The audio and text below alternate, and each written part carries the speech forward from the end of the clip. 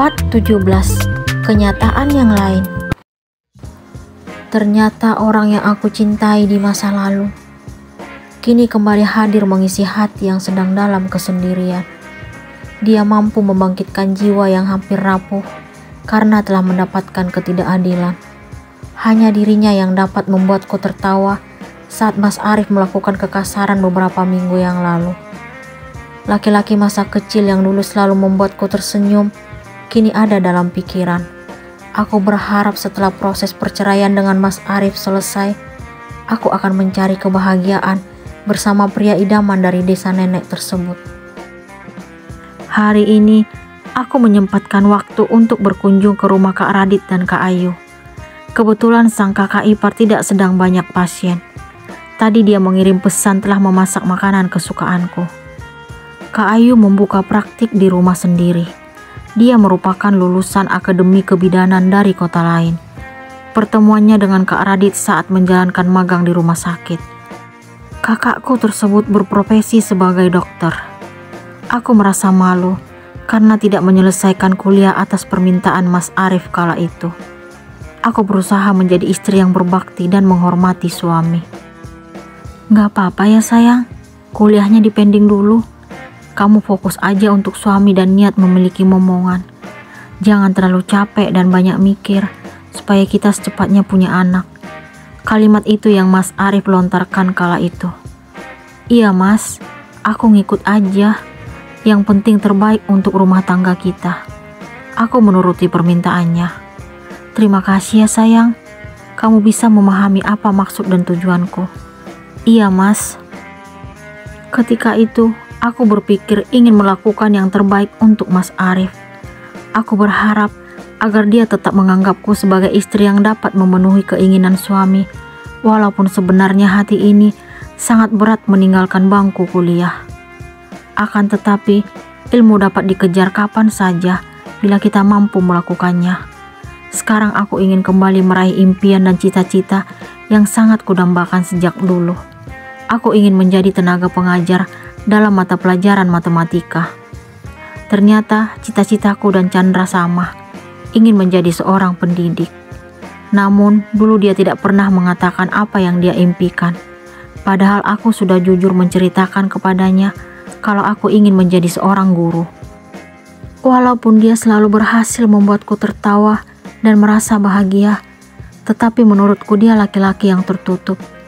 Terbukti setelah status wanita yang dicintainya menjadi istri laki-laki lain, baru dia berani menyatakan perasaannya.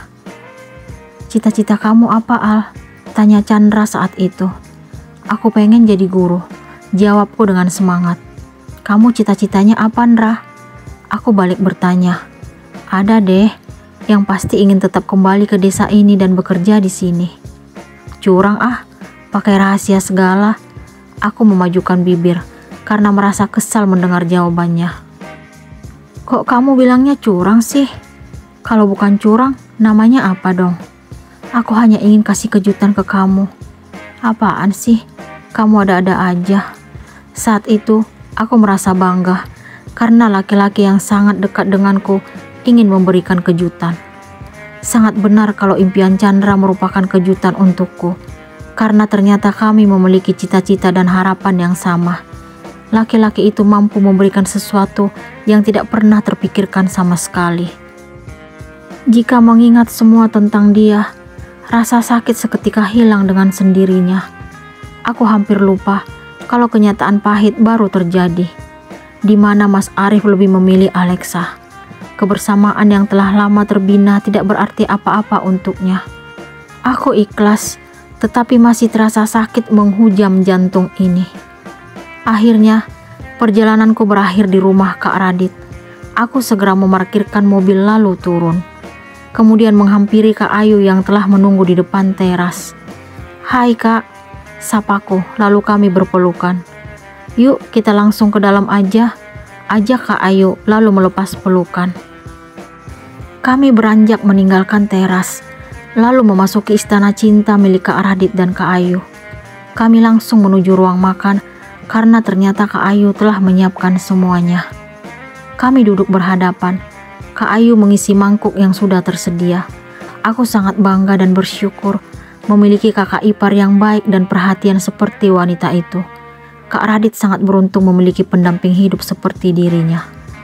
Kak Ayu tidak hanya mencintai suaminya, tetapi juga memberikan kasih sayang kepada semua anggota keluarganya. Kak Ayu juga beruntung memasuki keluargaku. Papa dan mama sangat menyayanginya, layaknya seperti anak kandung. Betapa bahagianya hidup Kak Ayu yang selalu mendapatkan kasih sayang dan perhatian dari keluarga suaminya. Sementara aku, sang mertua dengan tega meminta anaknya yang saat itu masih berstatus menjadi suamiku agar menikahi wanita lain. Ternyata masakan kakak mirip banget dengan masakan nenek. Sama-sama enak. Aku memuji masakan Kak Ayu. Yang benar, telinga kakak naik sebelah nih mendengar pujian kamu. Iya, beneran kak. Untuk apa aku bohong? Iya deh. Kalau memang beneran enak, makan yang banyak dong. Pasti dong kak. Aku benar-benar menikmati masakan Kak Ayu. BTW, gimana kelanjutan hubungan kamu dan suamimu? Kak Ayu mengingatkan aku kepada laki-laki yang baru saja menjatuhkan talak atas diriku. Tepatnya mantan suami kak. Dia udah menceraikan aku. Talak 3. Aku mengatakan apa yang sebenarnya terjadi hari ini kepada Kak Ayu. Yang benar Al, kamu serius? Kak Ayu menaikkan suara seperti orang terkejut. Iya kak, karena dia lebih memilih istri keduanya. Tapi kamu gak apa-apa kan? Kak Ayu berdiri menghampiriku, lalu mengusap pundakku. Aku justru merasa bebas kak. Ya walaupun ini masih seperti mimpi, karena dia lebih memilih wanita yang baru dia nikahi daripada istri yang sudah bertahun-tahun hidup bersamanya. Kamu harus kuat ya Al, dia bukan jodoh terbaik untukmu. Masih banyak laki-laki baik dan bertanggung jawab di luar sana. Sebenarnya, aku ingin bercerita kepada Kak Ayu tentang laki-laki masa kecil yang sangat mencintaiku. Namun, mungkin ini belum saat yang tepat untuk memberitahukan hal itu, karena aku harus benar-benar lepas dari Mas Arif secara hukum. Setelah selesai menikmati masakan yang Kak Ayu hidangkan dan bercerita panjang lebar, aku segera meninggalkan rumah tersebut, lalu kembali menyusuri jalan. Aku ingin secepatnya tiba di rumah orang tuaku dan memberitahukan kabar terbaru kepada mereka. Tanpa terasa, waktu sudah sore. Ternyata aku selama beberapa jam lamanya berbincang-bincang dengan Kak Ayu. Aku menganggap wanita itu bukan hanya sekadar sebagai kakak ipar, tetapi seperti kakak kandung. Saat melewati salah satu warung makan di kota ini, pandanganku tertuju pada seseorang yang tidak asing bagiku. Ya, tidak salah lagi kalau laki-laki tersebut adalah orang yang sedang bersama Alexa kala itu. Namanya Dani. Akan tetapi, dia tidak sedang bersama Alexa, melainkan berduaan dengan wanita lain. Mereka terlihat sangat dekat. Untung mereka duduk di luar. Mungkin kalau mereka di dalam, aku tidak akan bisa mengenali laki-laki itu. Aku memarkirkan mobil, lalu berjalan memasuki warung makan tersebut. Kebiasaanku untuk bersikap seperti penyelidik makin meningkat setelah mengenal Alexa. Hari ini, aku kembali harus mendengarkan pembicaraan orang lain secara sembunyi-sembunyi. Sekarang posisi dudukku membelakangi kedua orang tersebut. Aku sengaja memesan minuman agar tidak mencurigakan. Keberadaanku tidak jauh dari Dani dan wanita itu, agar dapat mengetahui apa yang sedang mereka bicarakan. Apa rencanamu sekarang, Dan? Tanya wanita itu kepada Dani. Aku tetap bertahan demi anakku. Sampai kapan kamu jadi laki-laki yang tidak pernah dihargai wanita seperti dia? Sampai dia menyelesaikan misinya. Kamu benar-benar aneh, Dan. Kamu membiarkannya menikah dengan laki-laki lain, sedangkan status kalian gak jelas dari dulu. Aku sangat mencintainya. Apa sih yang kamu harapkan dari dia? Dia ibu dari anakku. Aku juga bisa memberikan anak untukmu jika kamu memilih hidup denganku. Dari dulu kamu sudah tahu perasaanku, tapi kamu sama sekali tidak berusaha membuka hati untukku. Kita sudah pernah bahas tentang ini. Kamu tahu kalau wanita yang kucintai hanya Alexa.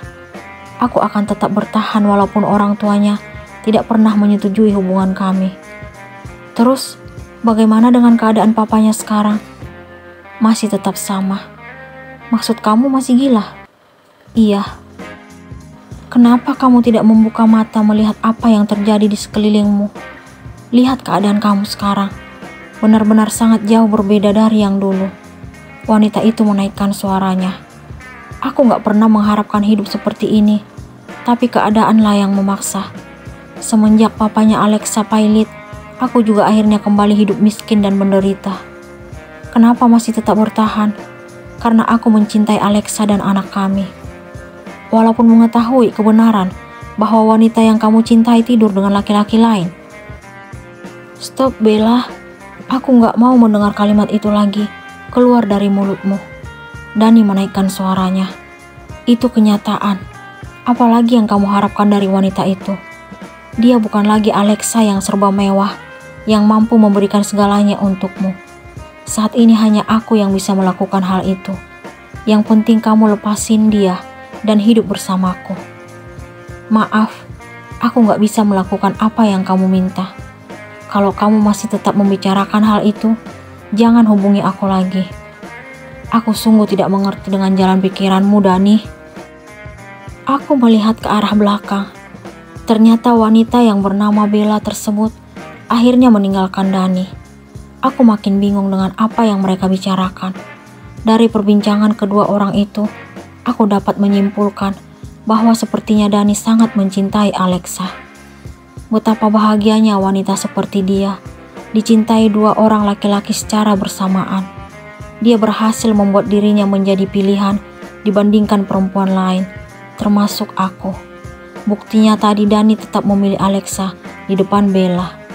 Akan tetapi, aku harus buang rasa itu, karena kenyataannya wanita itu telah merusak rumah tangga orang lain. Dia tidak lebih dari benalu yang berusaha menempel pada sesuatu yang sudah tercipta indah, dan akhirnya berubah menjadi layu dan bahkan busuk. Rasanya hati ini kembali sedih mengingat hal itu. Saat seperti ini, aku ingin mendengar suara seseorang. Aku segera mengeluarkan ponsel dari dalam tas. Ternyata ada panggilan tidak terjawab dari Chandra. Aku segera menekan simbol telepon berwarna hijau karena ingin berbicara dengan laki-laki itu untuk memberitahukan hubunganku dengan Mas Arif. Assalamualaikum Al. Akhirnya kamu menghubungiku. Terdengar suara Chandra dari seberang telepon. Waalaikumsalam Ra. Sebentar lagi aku akan berpisah dengan Mas Arif. Apa? Yang benar Al. Terdengar suara Chandra seperti orang terkejut. Apa yang akan Chandra lakukan setelah mengetahui kebenaran kalau Alia akan berpisah dari Arif?